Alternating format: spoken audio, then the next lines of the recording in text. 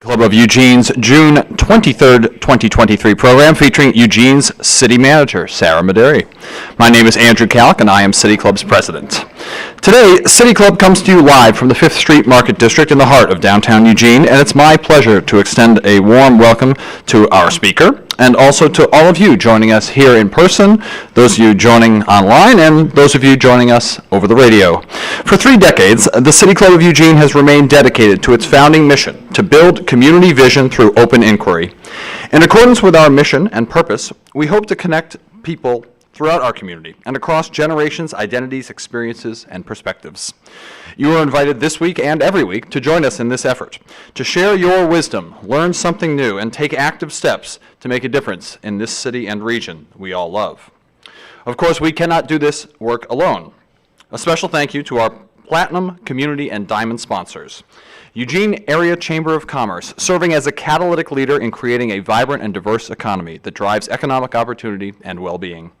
Kaiser Permanente, which exists to provide high-quality, affordable healthcare services and to improve the health of our members and the communities we serve. More information at www.kp.org. The University of Oregon has helped Oregonians question critically, think logically, reason effectively, communicate clearly, act creatively, and live ethically since 1876. Get more information at uoregon.edu. Peace Health has been proud to serve Eugene, Lane County, and beyond as your hometown healthcare provider for more than 80 years. The Peace Health mission is to keep you and your family healthy. Learn more at peacehealth.org. Lane Community College transforms lives through learning. LCC provides comprehensive, accessible, high-quality educational opportunities that promote student success. For more information, visit lanecc.edu. And thank you to the City of Eugene and Lane County for their support as well. Now, whether you're joining us for the first time or you're a longtime listener, I invite you to support our work as well by becoming an individual member, a business or community sponsor, or just to suggest an idea for an upcoming program. You can do all those things and more at cityclubofeugene.org. Your support and engagement make these community conversations possible. And of course, City Club is not just about conversation. It's about taking that conversation and translating it into action. So it's our hope that with an informed understanding, you'll engage in issues impacting our community. And today's program is front and center exactly what that's all about. Indeed, the role of Eugene's city manager can be a mystery to those who aren't familiar with our form of local government. And even for those who are familiar, it can be a bit confusing. So here's some background. Eugene's city manager is a non-elected employee of an all-volunteer council and a part-time mayor. The city manager is responsible for leading day-to-day operations and can exercise significant influence and responsibility over the matters of local government. Sarah Medary became Eugene's city manager pro tem in November 2019 and was unanimously appointed on June 15th, 2020. Since then, she's had an abundance, some might say a lifetime, of opportunities to influence some of Eugene's biggest opportunities, challenges, and milestones. COVID-19, wildfires, the World Athletics Championships, a councilor recall, the riverfront development, urban renewal, budget shortfalls, the purchase of a new city hall, and much, much more. That's 3 years. Just 3 years. Been busy, Sarah. Now, Sarah has a long history with the city. She began with the city in 1996 when she was hired as a parks specialist. Since then, she's held 12 different positions, including executive and department head roles in planning and development, public works, and as the assistant city manager. Sarah first moved to Eugene in 1991 to pursue a degree in landscape architecture from the University of Oregon. She has a passion for leadership and earned an MA in organizational leadership and is certified as an executive coach by the International Coaching Federation. We look forward today to hearing about how her unique career path shaped her values and how those values now affect her leadership. We'll hear about how, in the face of a $15 million budget shortfall of an overall budget of over $1 billion, she supports the interconnectivity of workforce and community well-being and why this matters to a thriving Eugene. Sarah Medary, welcome back to City Club. Thanks for being here.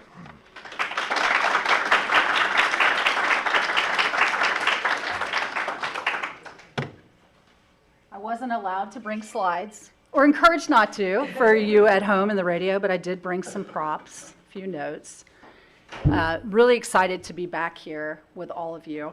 As I was listening to that introduction, I was thinking that there used to be a running joke when our last city manager was here, that every time he left and he would leave me in charge, something weird would happen. And so the joke was that I broke the city. Like, don't break the city every time he would leave. And so when I started in this role in November, and within months we were in the pandemic, I was like, I seriously broke the city. Just listening to that list that you shared made me feel like that was really true. So it's been, I think this is my first time back in front of City Club since pre-pandemic. I've done some online, but I haven't done it in person, so I'm super excited to be here. Super excited to see one of my mentors, old mentor, lots of mentors in here, but one of my landscape architecture mentors, Kenny Helfand. I'll just let you know that's why I have props, and I've never done a speech that doesn't have a Sharpie marker somehow involved in it, because no matter what I do, I draw usually the solutions to the things that I'm working on. So that was a great intro, but I'd like to just share a little bit more about myself, maybe some of the stories that you haven't heard, a little bit about my journey here, because that really sets the context for how we've solved some of the budget issues that you're reading about in the snippets. Reading about from a little bit from the Register Guard and a little bit from the weekly, and thank you for continuing to provide a weekly paper, which is so vital. So I'll just start with 1991. I came to Eugene. I could talk a lot about my childhood, but I mostly want to hear your questions. I came to Eugene in 1991 to join the landscape architecture program, and I have to say that I did not know a single person in this town when I came here. And the reason why I ended up here was because when I was looking at different schools and interviewing, I was living in Seattle. I had been to the University of Washington. I had talked to their sort of dean about the program and what the experience would be. And then I came to the U of O, and I walked into Lawrence Hall, and I found my way to the office, and there was some remodeling happening during that time. My memories might not be totally perfect, but there was some remodeling happening. And Robert Melnick was the head of the department at the time, and he said, sure, I'd love to talk to you. And he came out, and we sat on the concrete floor of Lawrence Hall, and he talked to me about joining a community, the community of students, the community of Eugene. And I was like, oh my God, how could I not come to this place? And so I will say from the very beginning, for me, coming to Eugene was about connection and belonging. And that has been a value that I've held very dear, and is a lot about my leadership style. Thank you, Robert Melnick. If you're listening, and wherever you are, I hope you know how much that meant to me. Along the way, I'll just tell you one other little tiny story. I took a year off in 1993, so here I am. I'm in my landscape architecture program. This is my second degree. My first degree was in landscape horticulture. I was fully ready to go be a nursery person, landscape person, and I decided to hike the Appalachian Trail. I convinced my parents in 1993 that this was really a good idea for landscape architecture. I did. I sold it hard about long-range planning, how you connect people in places, communities. I mean, I just went on and on and on. But the truth is, I had seen a National Geographic article many, many years ago when I was a kid, and I had been obsessed about this idea ever since. So I thought, well, I should do it now because I'm going to have to get a job and be a grown-up. So I did. I took that year, and I had no idea that actually was going to prepare me for so many of the things that I've had to do since that time. Because the reality is I had this romantic idea of what it was going to be like to be on this trail. And I had like the backpack with all the cool stuff and the coolest gear. It was really heavy. My brother dropped me off at the base of Springer Mountain, and by the time I got to the top, I had already shed half my stuff. I was like, oh my God, this is so hard. And it was hard every single day. It was just hard. Part of why I have a ton of empathy for people that are having to move, and we can talk about this more in the question and answer, is that I know what it's like in a very different context with a whole lot more privilege to actually have to pack up and move every day. It's a lot of work. It's very exhausting, and it was exhausting for me. And I was not your typical through hiker. I did not go White Blaze to White Blaze. I was the one that looked at the map and said, I bet this small town over here has ice cream somewhere in it.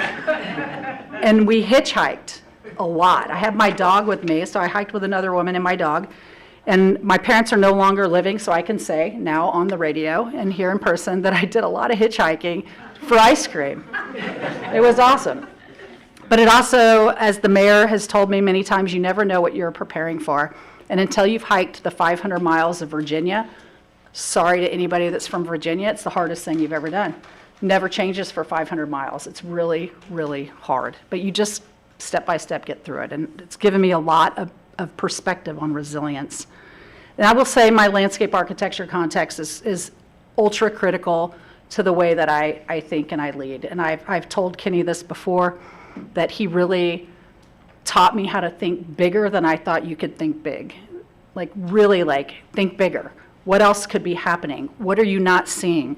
What maybe, could be happening here that isn't just really obvious? Who are all the people impacted? Bigger, bigger, bigger. And so I bring that into this role as well. The ways in which people connect with each other in place, and the things that I ask people this all the time, what else could be happening here? I know what we think is happening, but there could be more. So I have been here for this is my 27th, working on my 28th year.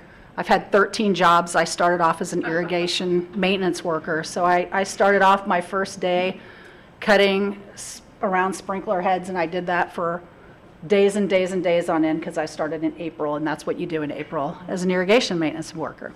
And I just have to say, I have loved serving this community. I never intended to be a city manager.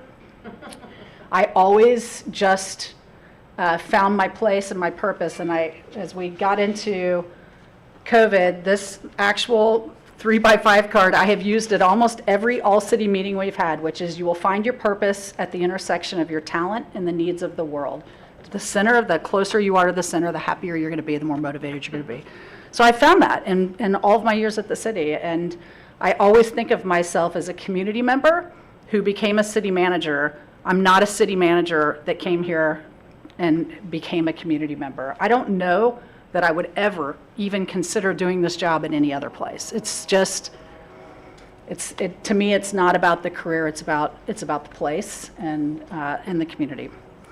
So along the way, I learned a lot about my values, and you've heard a little bit about my education, but I started really understanding values in a way that really has really driven my leadership, because what I've learned over time is that when people end up in conflict, or you're making your really difficult decisions and you're trying to understand why something goes this way and that way, usually somebody's values are at the base of that.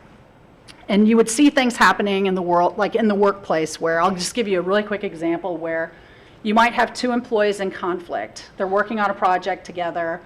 One of them wants to leave early on Friday.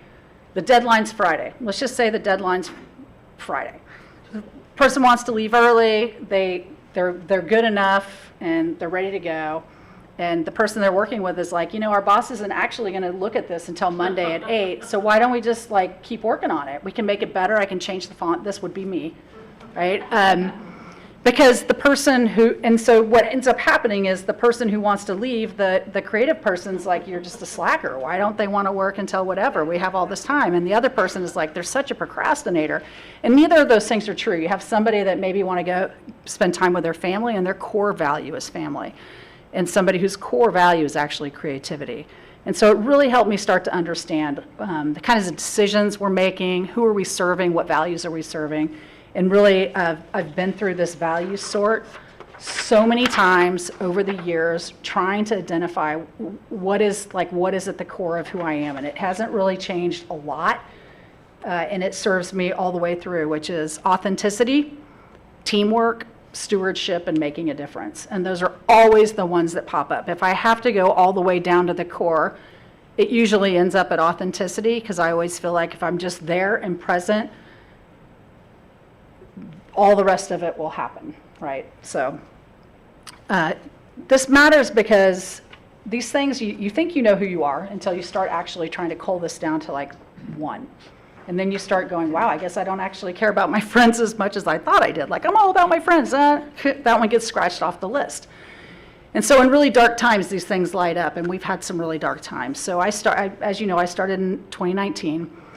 And like many of you, I can still remember the moment where the executive team, which is all of the department heads, the assistant city manager, and the city attorney, were in a room looking at each other and said, we need to go home now.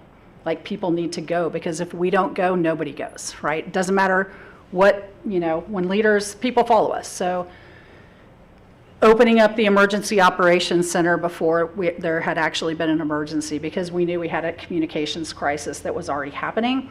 But all of those early days, I can look back and I can say, this is really how that stuff turned out, my own values around that. And then the team quickly, there's so much that happened in those couple of years, and I'll just say, it's not just was COVID, it was the murder of George Floyd and the racial justice, social justice, the protests are one piece, but even the ongoing, just like I'm having to look at myself and my values and the systems, that's all daily work. The wildfires, we had budget issues back then. There's just been so many things. And when you're in it, you're like, it's hard. And when you kind of get to the end of it, I look back and I think it was the biggest honor in the world to lead this city through that. And as hard as it was, I'm really glad that I got to do it. During that time, the exec team also, we do this work. I know their values. We have collective values, and we often work together to determine what our collective values are as we approach a problem.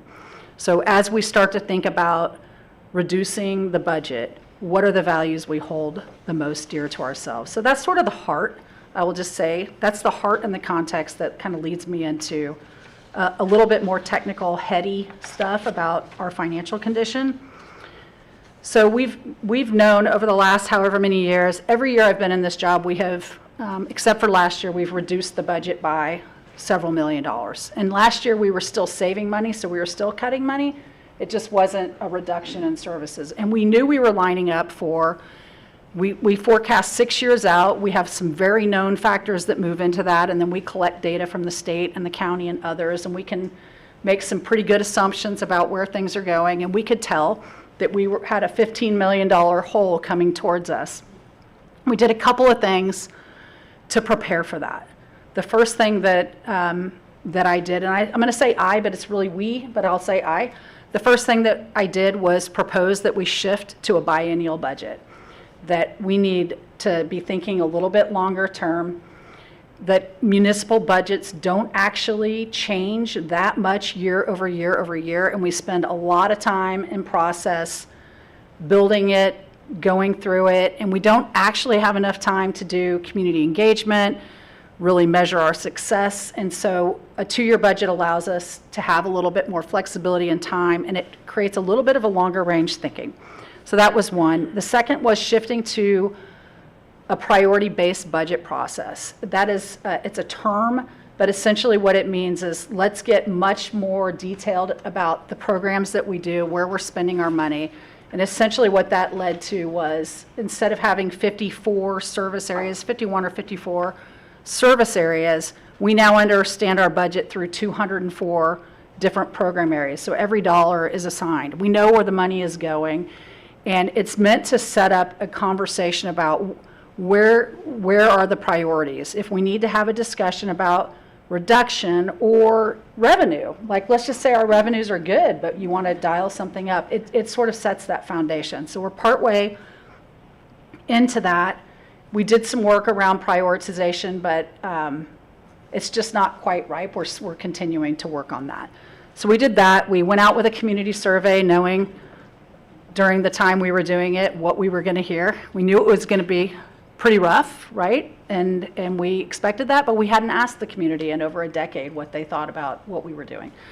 So we did that, and then we shifted into what's about to come back to the council, the first ever citywide strategic plan. And a lot of people seem surprised by that, but Eugene has always been somewhat decentralized, and so each department and each major focus area have incredible long-range plans, like the Climate Action Plan, great long-range plan. But where does it sit in the context of everything we're trying to accomplish at the city?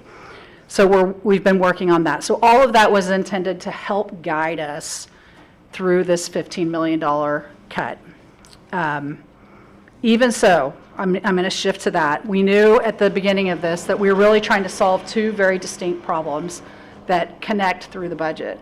One is this $15 million gap. Like, no matter what, we have to either have 15 million more revenue or $15 million less costs, no matter what. So there's the gap. And then the other piece that was really front and center is we had just done this community survey, and we heard loud and clear how concerned people were about a couple of things that they were seeing happen in the community. So we identified another $5 million, like we really actually need to be investing about another $5 million in how we approach work with housing and the unhoused, how we approach downtown, how we approach alternative services and some other smaller internal items. And so it was more of a $20 million problem. And so as you look at the budget that's going to get presented next week, we got almost all the way there. So we have $15 million of reductions. And I'll just say, again, we got very clear about our team values. We sent it out to the entire organization. We provided it to the budget committee. We met with union leadership, like, here's where we're at. And it's really about being open and creative. Like, we wanted ideas from everybody, that we're responsible, we're caring, we're equitable, we care about our employees, we want to keep them. They are your investment. I tell people, if you only spend $100,000 a year on an employee, and that's low, if you think about salary, benefits, all of that, in 10 years, that's $1 million community investment. You would never just take $1 million community investment like a fire truck and give it away or put it away and say, we don't need that. This is like how we get our work done. So that was a real vital value. And that we're accountable and we're all in, that we're working together. And so the budget actually, if I had the picture, Kenny would appreciate it for sure. It's more of a, instead of having big blocky chunks of like, here's where the savings are coming from, it's more of a Gabion basket, just like a wire frame with lots of ideas, lots of little things that work together. And if you start pulling them apart, they don't work as well. But the intent was to keep services as whole as possible, be able to turn things back up if we needed to, and preserve your services. So in the $15 million, mostly what you've heard about in the news has been 3 items. One was a reduction to the Green Hill contract. So we contract for services with Green Hill. We cut that by $200,000 a year. We heard a lot about that, and the council has found a way to restore that through the biennium. We had a proposal, and this is the second or third time I've put this proposal in the budget, because it's really hard to get to $15 million in general fund reductions without going into police and fire. It's almost impossible, in the library. Those are the 3, the big ones. So one of them was a reduction of a fire engine. So you keep the apparatus, it's still there, but we redeploy into a squad. And what happens with that is it's a different position, it's a different number of people, and by doing that, you can still respond to what we continue to get as all of our calls that we're getting that don't actually need the big red truck. And we can redeploy and provide that service with a smaller truck and save in the millions. That got restored back, so I anticipated that might happen. So we found a way, council found a way, and the budget committee to change up some of what was happening in the community safety initiative to restore that engine. So that's back in. And then we had some reductions in the library that people talked about a lot. There was a little bit of misinformation out there about the library that we were closing a branch. We're not. There's no existing services that we're taking really away. There's some materials and supplies, but it was mostly items that were things we were about to start that we hadn't started because of the pandemic. So in all of that, we are not laying anybody off. We made a lot of reductions, every department, a lot of things you haven't heard a lot about. There's some smaller things in there that actually maybe in about a month you'll go, wow, I didn't know that was going to happen, because we haven't talked about it a lot. One of those is that council, we didn't know when we did the budget that we would be purchasing a city hall. And so this facility we're in right now at LCC has a very small work session room that we've had to, several times, we've had somebody in the room that has had COVID that we've then had to isolate. So we stopped letting the general public or any employees that are not associated with that work session be in that room. So we thought, well, you know what, we ought to just do those virtual only anyway, because that's how the whole public is doing it. It saves a lot of money, travel time, climate issues, food, staff time, and so there's things like that that are built in. Now that we're moving, we're closing on eWeb next week. I'm hoping that our work session space is larger and bigger, and maybe we come back with a different supplemental budget around that. So there's a lot of little stuff like that. And then the $5 million, there's some really cool stuff happening there. We're repurposing dollars from police, and we're moving them into work around how we manage our public spaces, how we plan and work with social service providers. We've shifted our alternative response services and that CAHOOTS contract to the fire and EMS department, which is awesome. There's some funding in there to boost that up. And there's some funding around downtown to increase safety, to increase cleanliness, and to actually, we're going to be contracting and paying Lane County to embed a behavioral health person with our police department on the streets as a co-responder. So there's some really cool stuff happening even during that difficult. One of the problems is we still have a gap, and I'll stop soon, but we still have a gap that we're trying to sort out even in the next year of the biennium. And so right now, council's talking about focusing in on, where would they want to potentially see additional revenue discussions, where might we need to talk about priority decisions, and they will wrap that up, and we will be bringing together a group, kind of a revenue team, revenue committee to work through that as we get into the fall. So that was a lot. It's more fun with pictures than that. But I think I'll stop there and move into questions, because you may have questions about things that have nothing to do with what I just talked about. Yeah.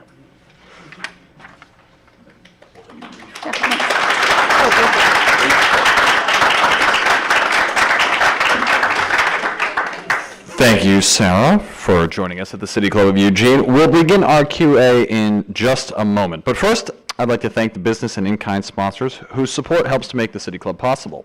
Thank you to our gold sponsors, Network Charter School, Homes for Good, and Hirschner Hunter, LLC. Thank you also to our in-kind sponsors, KRVM 91.9 Radio, Pack Info and Simplified Computing, LLC, Dotson's Photography, Ninkazi Better Living Room, and Claim 52. Also, a special thank you to our award-winning public radio station KLCC FM 89.7 for airing City Club programs Monday nights at 7. For those listening at home right now, your household is one of several thousand tuning into City Club on KLCC.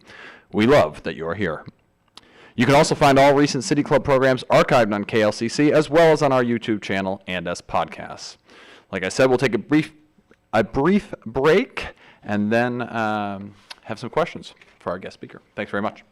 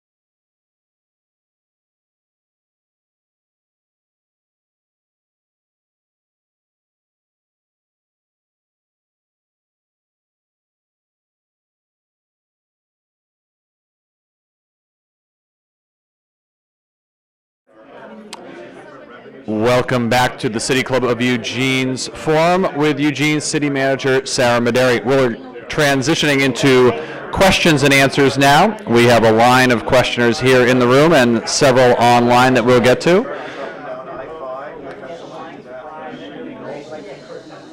There we go. It's live radio after all. Mary, lead us off. Thanks. Hi, Sarah. Thanks for coming. It's a pleasure to have you here. I'm Mary Layton. I guess I'm speaking today as a coordinator of the Interfaith Food Hub. Our client service has gone from 1,200 in March 2020 to a month to 6,400 a month this last month. And so that's one context. And the other context is one of my friends asked me to review a letter complaining bitterly about some decision of a comment about homelessness. And I thought, no, it's the wrong person to send this letter to. But I don't know who the right person is. So here comes the question. In the realm of the possible, that is not if somebody writes us a check for $11 billion, but the possible, how would you line up sources of policy, legal authority, and funding to allow you and your staff to meet the challenges of homelessness with compassion and practical effectiveness? You should ask the city manager. Just kidding. Thank you, Mary. That's such a good question, and it's, as I said to you a minute ago, I could spend 4 years studying this. There's two things that really stood out for me in your words. One of them was possible, as you were reading it today, like possible and compassion, and effective. I think that was it, right? Because it's such a complex issue, and I have to say, I thought I understood homelessness when I started in this role in 2019. Based on the work we were doing, I thought I really had a good sort of grasp of all the issues and all the things and how we could work together. And it just changed so much over the last couple of years, especially during the pandemic, where suddenly, stay-in-place orders came about, and we found ourselves in a really different role where we're hiring outreach workers and we're setting up temporary camps and we're really trying to help people stay in place. And we really got a lot closer into that issue over the last several years, to the point, I'll just say one last thing about that before I actually answer your question. At one point, we had such a crisis happening in terms of people demanding more services for the unhoused and people demanding more services for livability in their neighborhoods and parks, that we actually set up an emergency operations incident command team, a unified command team on this topic. And it was led by our Public Works Director, Matt Rodriguez, and our Assistant City Manager, Christy Hammett. And it was an all across the city, full-on 1 year effort to just get more coordinated and understand how we could do this work better. At the end of that, we did a big after action, and we tried to, as best we could, make that a longer term thing by moving people around in the organization, restructuring, and trying to create a longer term infrastructure that held that coordinated response together. What I can tell you at the end of that is, one of my learnings over the last few years, and it's very directly to your question, is I think we have to get really clear. I think anything's possible, honestly. I really do. I mean, what you're asking about around that sort of coordinated piece is possible. It's going to take a lot of people being willing, right, to let go of some control and let go of some ego and let go of some ideas. And there's just, everyone's playing with a different set of rules, right? I guess I would say that one other thing I want to say is, in all my jobs at the city, every time I've held a job, people on my team or people I've been around have always complained about the other team. Like, we just work harder than they do. This crew doesn't work as hard as we do. All they do is drive around in their trucks and do whatever. And then I've gone and supervised that crew and been like, oh my God, they work so hard. And so what I know to be true of the city is I have not found a place in the city where people aren't working incredibly hard trying to solve problems, and I know that to be true of the county too. I know that if I went there, I would find all the same things, and I'll find it at the state too. However, we're all trying to solve slightly different problems, and I think we have to get really clear about what our roles are. So in the meantime, I have come from a place of, we're all in, we're trying to solve this gap, we're trying to help the people on the street, we're setting up camps, we're sending in outreach. We spent 17 million, almost half of our ARPA funds on this topic, to a place of, wow, we have to get really clear about the city's role in managing and protecting infrastructure and parks and livability and safety. We don't actually have the ability and the resources or the funding stream to solve the getting everyone housed issue, getting everybody the mental health and behavioral health issues they need. What's happening on the streets is so complicated. I don't want to spend the whole 30 minutes on that, but it's, what I hope for is that we've been working together, I think, more than ever in the history. Our staff are working together, and I was very hopeful coming into this legislative session that we would be, the city would actually receive some funds for some of the ongoing things we've set up. We've set about 300 new, over the last couple of years, 300 new safe sleep sites for folks that have services. We thought we had a good chance of getting funding for that ongoing, but I think the state really feels like that money should still flow through the counties, and so we're working and applying to get funds from the county to do some of that. And cities across the state are. I work with 6 other city managers across the state of the largest cities that aren't Portland, and we're all in the same boat. So I think we're just going to have to figure out how to tweak the systems and get clear about the roles so that you can really advocate with the city on the things you need us to do more of, and you understand what we do, and you understand what the county does, and you understand what the state does. And I don't think we've defined that very well. It's gotten very muddy over the last couple of years. Sorry. I could retire tomorrow and just work on that issue and try to bring people together and help, because it's hard. People are suffering. Ruth Demler, and I have another issue.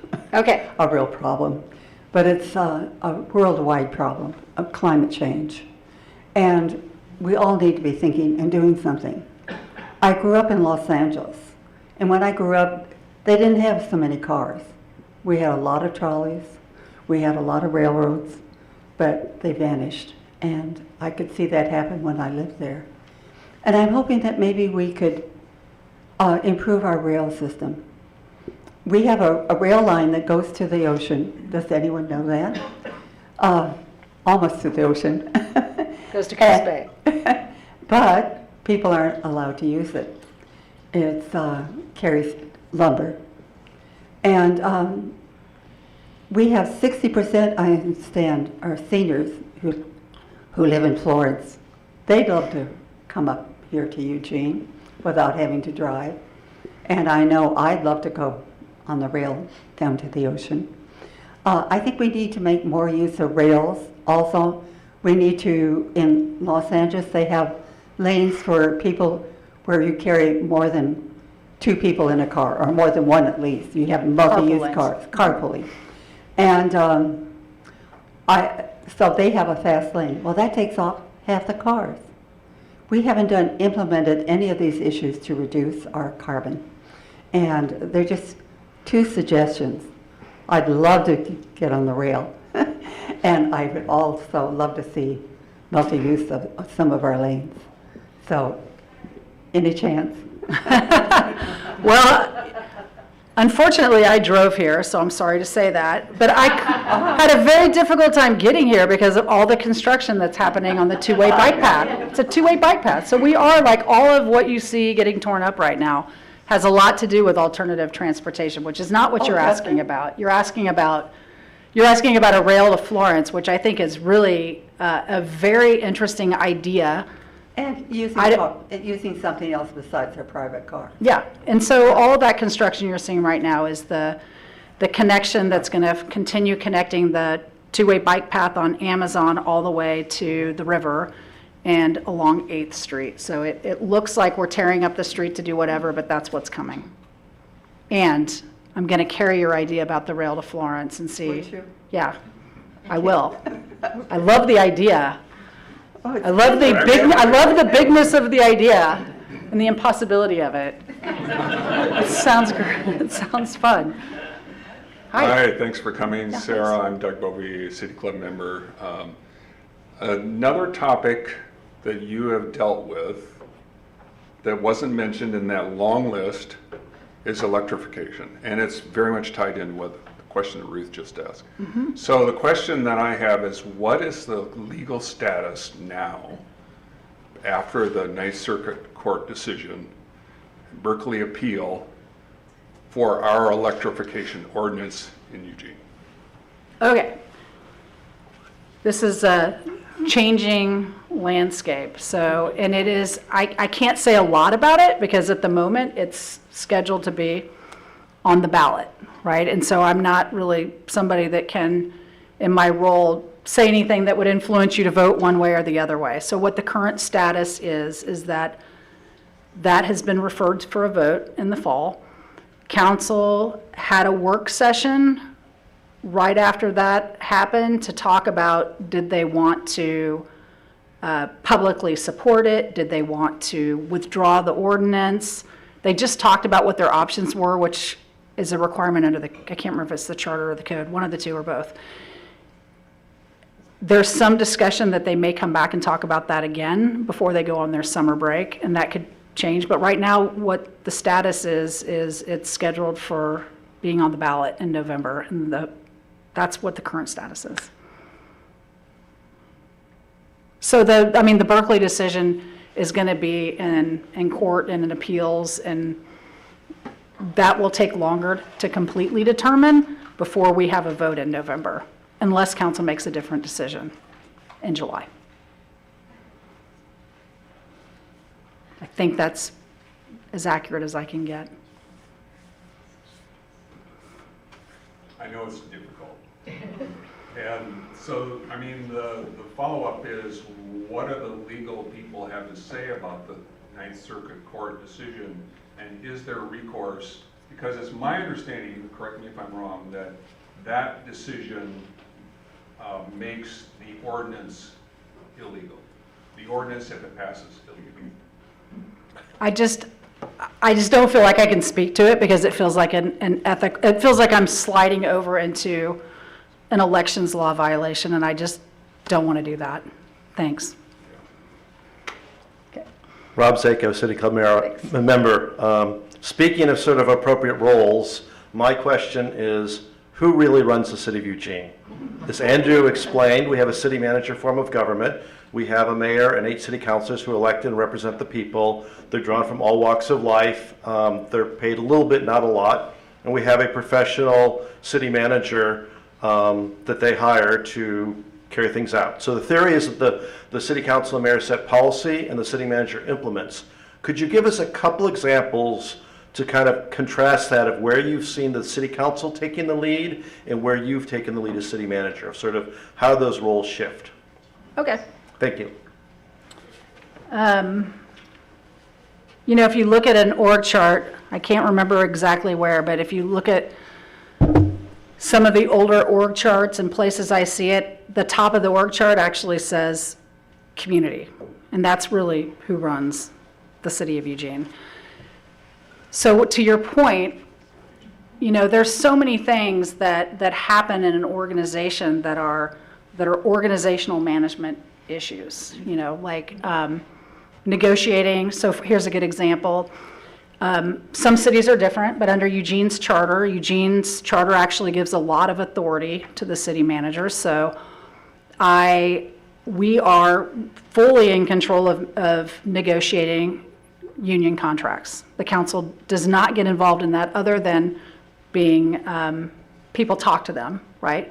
But that's ours to do. So when we're negotiating with AFSCME or the fire union, that is city staff doing that without that policy direction, though I have a pretty good understanding of the majority of the council and where they stand on their, you know, hope for what our employees get and their stance around unions. So you're still sort of informed. There's other ways, like right now, next week, they're gonna talk about the phase 2 of the renter protections. And this is one where the community has said, we want renter protections. There's been a very thorough or a very good discussion between landlords and tenants around what's the right mix of regulations or no regulations. We had a hearing on a draft ordinance, and next week, council is going to walk through motion by motion by motion what they might or might not want to tweak with the triggers and the exemptions, and I won't weigh in on that, right? So it will be very clear. If they ask, what do you think? Usually I will answer it, if you want to implement this climate policy that you've already adopted, I'd choose this. If you want to, adhere to this policy, you could choose this. But I've tried very hard, and I'll just say, from mentors in this room to include Anita, I've tried very hard in my role to make it clear the policy direction is the council's. In places where there is a policy decision to be made that's new policy, you will rarely see me make a recommendation. I'm trying not to influence that policy other than to provide the technical facts. Does that help? Okay. Hi, I'm Hi. JP Limke. Hi, JP. So my question is about zoning, actually, and how it affects the Can budget. you kind of turn when your back's to me? This question's about I zoning. can't hear. Okay. Yeah, so it's about zoning in the budget. Thank you. So one of the things that's a big cost for the city is low-density housing, which is about 70 to 80% of the city. So it costs the city more to fund these places with the necessary infrastructure than it gets back in taxes. I'm curious, is there going to be any proposals in the budget to change zoning in the city so that we're not constantly running this sort of deficit? Yeah. It's a really good point, and we had a work session years ago by a consultant. We did a presentation by Joe Minicozy. I don't know if you've seen any of their work. If you go onto our website, or if you make a connection with me, I can hand you, who actually mapped our entire city based on what you're talking about. And you can see where the property value, where we're gaining the most property value and where we're spending the most expenses. It's a really interesting piece. There's nothing specific in our budget that is allocated to that. The state's actually made a lot of changes, has come out with a lot of rules that will require us to change some of our land use and zoning. We've been sort of responding to that, and it's actually underfunded in our budget. It's one of the areas I've said we don't actually have enough resources to staff this appropriate. It's going to take too long. So there's nothing that I can think of that's specific to that funds that work, but it is something we talk about with some frequency. That's a good point. Are you next? Welcome, Sandy. Hi, Sarah. I saw you last week. Swede treatment plant, Portland. Okay. Less is more. It's really hard for me. Can everybody hear me? Okay. Hard for me to be succinct, but I wrote it down. My first year of college, my instructor said, you write well, but you're always going off on tangents. I'm going to try to focus. Okay. If I am correct, Eugene hasn't had a city hall since 2012. Is that correct? A permanent city hall. They tore it down in 2012. Yes? I trust your math. 2012, 2013. Okay. Okay. There was a ballot for people to vote on whether or not we build a new city-county building in what's now a parking lot where the old city hall used to be.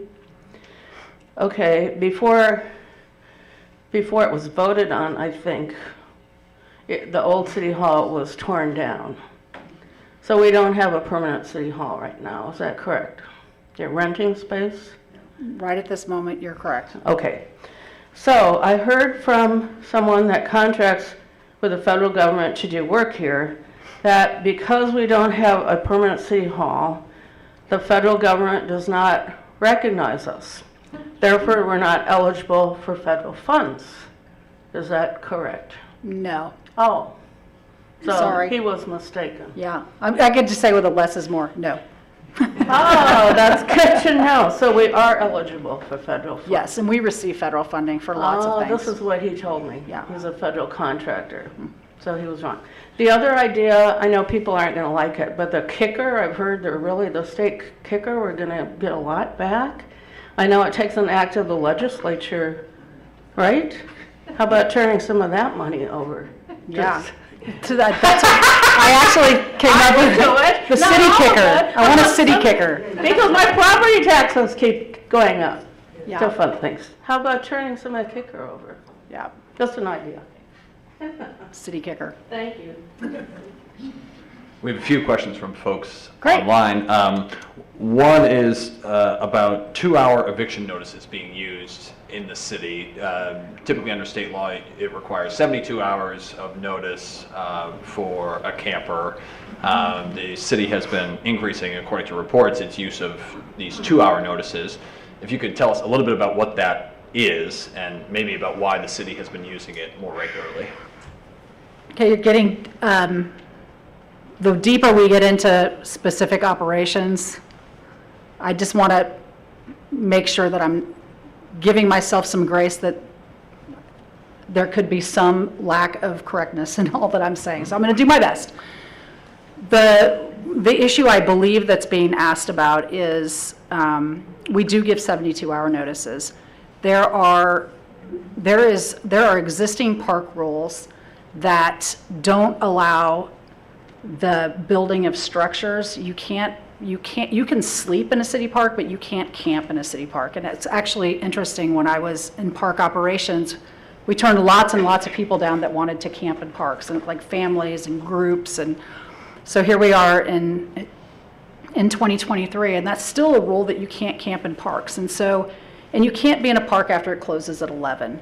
So the 2-hour piece that I believe is being referred to is if staff happen to be around and they see that happening, they will tell people, you can't be here, you can't camp here, park's going to close, or you can't have a structure. And we tend to give people some time. We don't say you have to take it right this second. We may say we'll be back in 2 hours. So that's what I believe the issue is that you're referring to.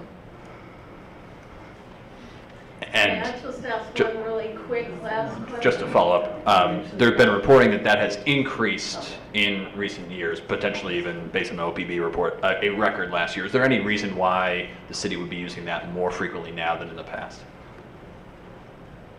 Well, I mean, I think even just referring back to Mary's comment that the numbers are 6,000 this year and were 1,000 before, there's probably more instances. I don't know the details of why it would be more, other than we've had a lot of people in our parks, and we've been trying to balance the needs of people using the parks for various reasons. Another question from those the folks tuning in.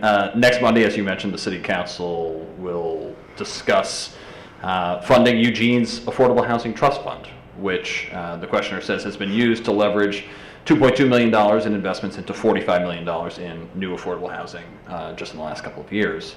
Can you talk about why those local funding tools are important to meeting our city's overall housing goals, and what would be needed to permanently or reliably fund that trust fund?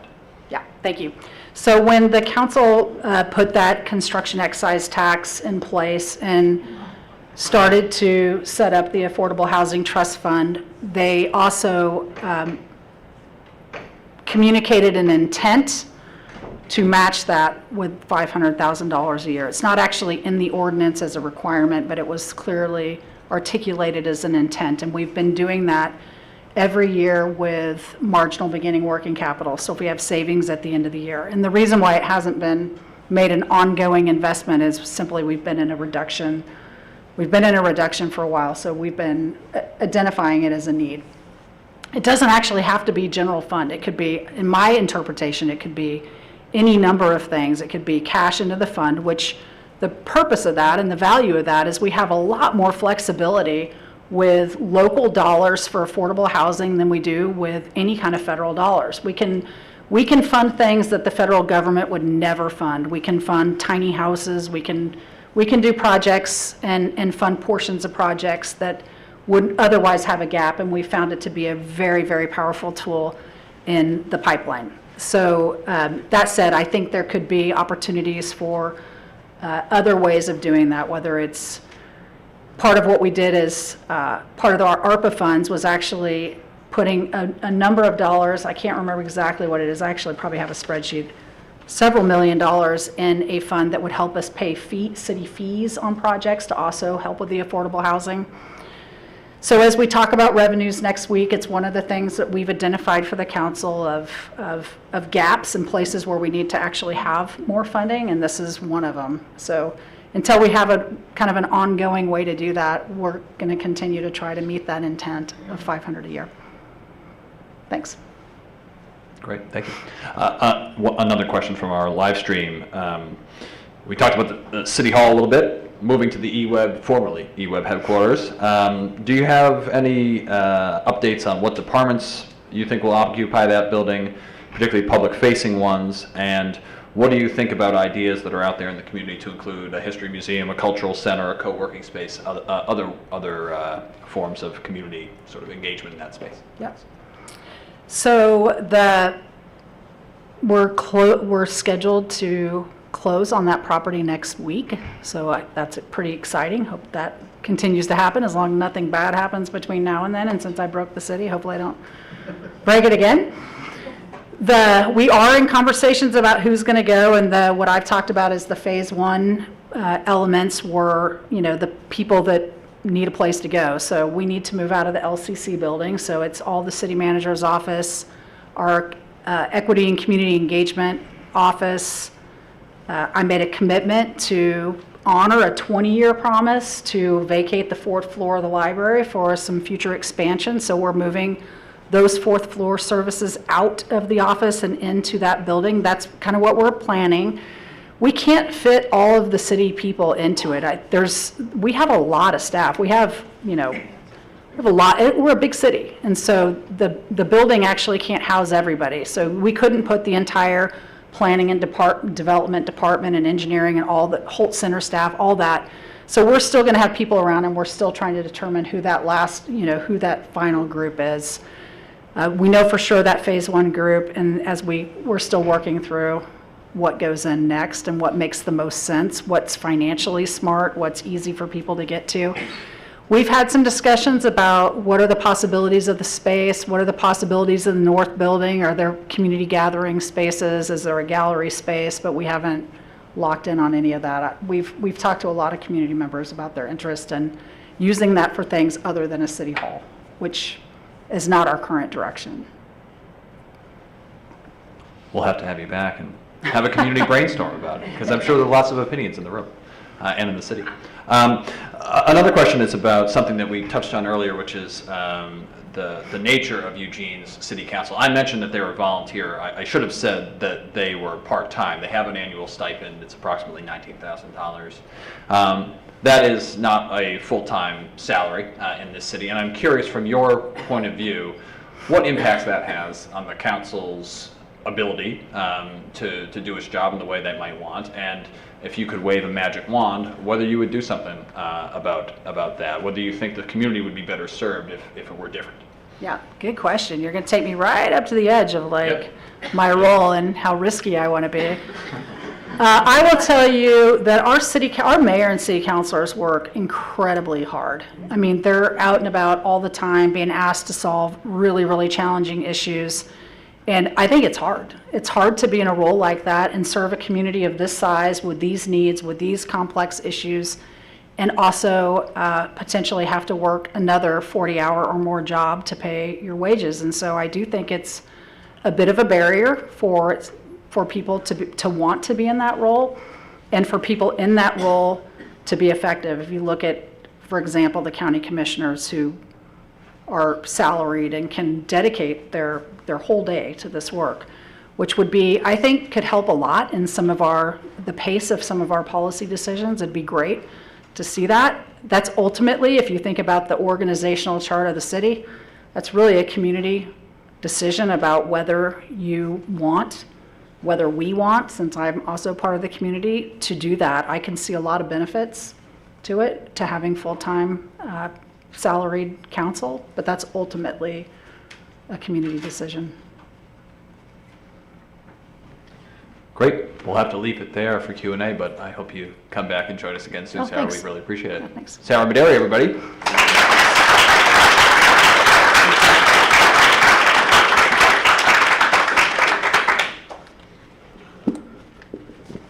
Definitely want her back.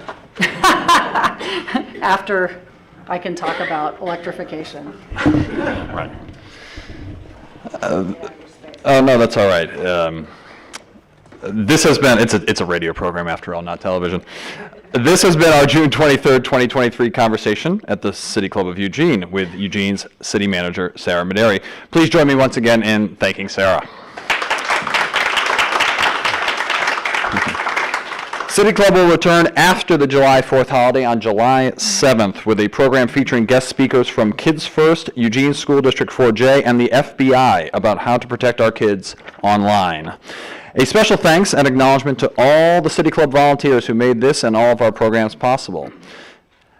Lastly, as you know, the City Club of Eugene is a nearly all-volunteer, independent, nonprofit organization. Without our members and volunteers, we couldn't do what we do. I say it's nearly all-volunteer, but this week I would like to recognize our one non-volunteer, our Managing Director, Randy Bowers-Payne. Yeah.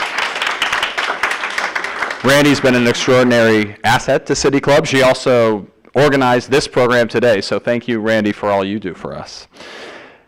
Thank you also to this week's new and renewing members and donors, and especially thank you to our members who have already contributed to the City Club's annual campaign going on right now. Your support makes our work possible. Thank you again for joining us. Take care and happy Independence Day. We'll see you on July 7th. Thanks, Sarah. Yeah, thank you. That was great.